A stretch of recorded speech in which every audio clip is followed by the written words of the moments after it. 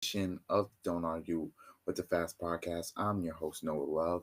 This time it's for a trade, not a game, not assigning a trade. The Orlando Magic are trading. The Orlando Magic are trading Contavious Caldwell Pope, Cole Anthony, and four unprotected first round picks, one of them being their 16th pick this year in the draft, and one first round pick swap for Desmond Bane. Yes, you heard that right. The Magic are trading four unprotected first round picks and a pick swap for Desmond Bane.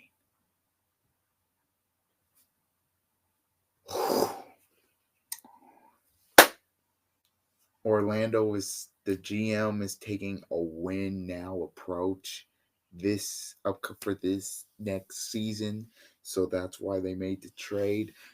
Thoughts: number one, this is way too much, way too much, way too much. They traded basically five first round picks for Desmond Bane. Are you insane? Look, Desmond Bane is a good player. Like, don't get me wrong.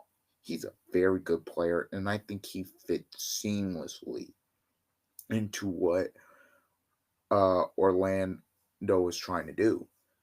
But when you think of the fact four unprotected first round picks, by the way, you give up another good player to Memphis and Cole Anthony. Cole Anthony as a backup point guard.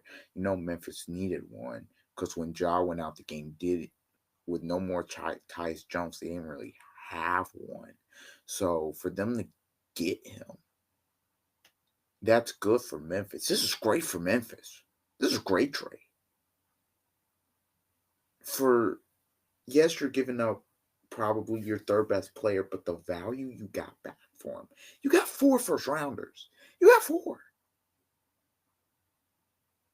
You're telling me that for Desmond Bane, I could get four first rounders in a pick swap.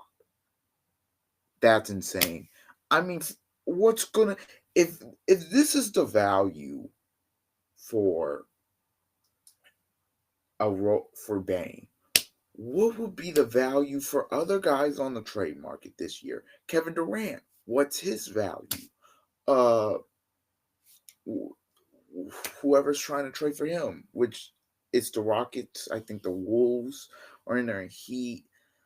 What's his value? You gotta look at Zion potentially. What's his value?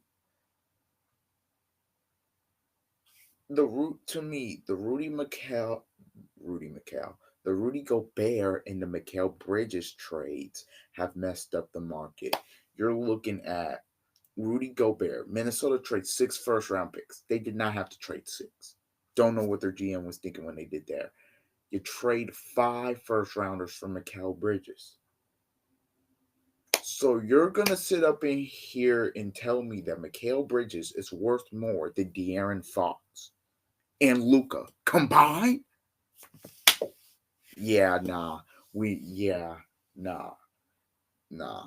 The trade market is so out of whack right now in terms of the picks because you don't know. Because if I give up two first rounds for KD, or even three, that's going to look like a steal.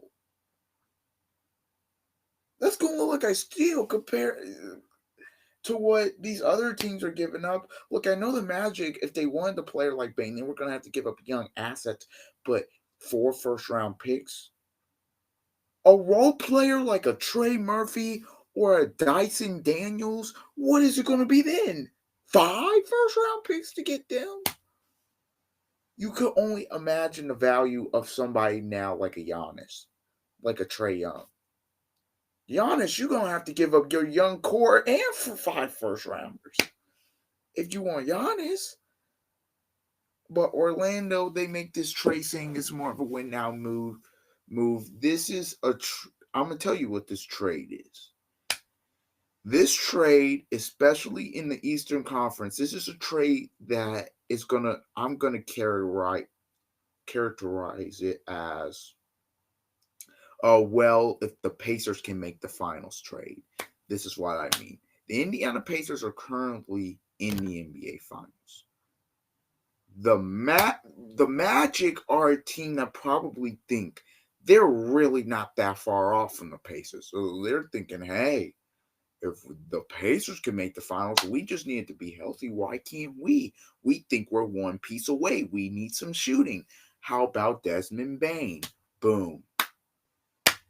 They made a win now trade. And also, you have to think about it like this. The Celtics, I'm going to consider this upcoming year a gap year for them. The reason I say gap year is because Tatum most likely will not play in the 2025-2026 season, meaning that most likely they won't be as good. They may be in the postseason, but they won't do anything. Though they may be first round exits potentially.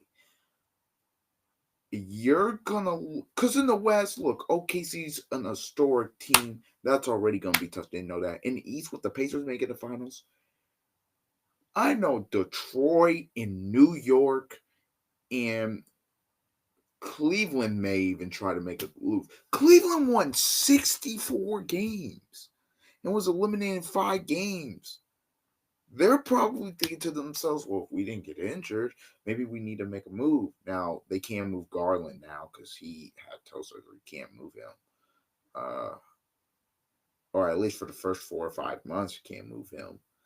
Uh, but there are going to be so many trades. I feel like they're going to come. Oh, why is this team making this trade? Why are they doing that in the Eastern Conference? And that's because they feel like, oh, well, the Pacers could do it. Why can't we? I feel like there's going to be a lot of that this offseason. Obviously, there's going to be a lot of movement in the West. I don't think the Grizzlies are done yet.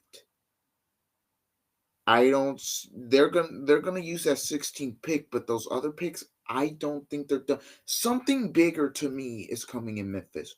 Whether it's them trading Ja, which is a very real possibility considering the injuries and the gun things and all that. This is not done. I would not be surprised if I saw a Ja Morant for Trae Young trade this summer. To me, and that's a trade that would make sense for both sides. Atlanta, for it from Atlanta's point of view, look, young team. Trey's probably starting to get unhappy with the way the management is using the roster and how they haven't really put the adequate help around him. Maybe he needs a new start, which is in Memphis. Ja, maybe he needs to get away from Memphis to get all this gun stuff away. And Atlanta will probably say, hey, we'll take a younger superstar point guard that's better defensively. So I'm not saying that's a trait that will happen, but I'm saying that is a trait that could possibly happen if you wanted it to. But but back to this trade. This trade is great for Memphis. For Orlando, the fit is great. Bane with because they need shooters. Let's be real. Bane with Franz Wagner and Paolo. I think next year, if they're healthy, top 4 seed in the East. I think if they're healthy, top 4 to 5 at least, if they're healthy. But I just the things the stuff that they had to give up, I don't know. I just don't think this I just don't think that's adequate. But again, like I said, the trade market's messed up. So I really don't so I don't under so with the trade market, I don't know who's worth what now. Because if Bane's worth 4, Kevin Durant should be worth like 7. Giannis, by God, you know. So I don't know how this is all going to turn out. But look, this is the first of 2 videos that will be coming out today This I wanted to just put the Bane trade into kind of one video, kind of me analyzing it, dissecting it, and how it's gonna work out. And then I'll talk about Thunder and Pacers game 4 uh in the next video that I'm going to upload today. I'll game 5 preview. That will be the regular podcast. That's what that will be. This will just go into the reaction category today. So I just wanted to get this out there. I was going to get it out yesterday, but obviously Father's Day, enjoyed the time with your family, stuff happens. Da, da, da. All right. That's been my instant reaction to the Desmond Bane trade. Orlando looking like a top 4 seed. Memphis, I think bigger things could be coming for them. Uh, Memphis, think won the trade. I think they fleeced Orlando. So yeah, that's it. All right, see you guys whenever the second video gets uploaded. See ya.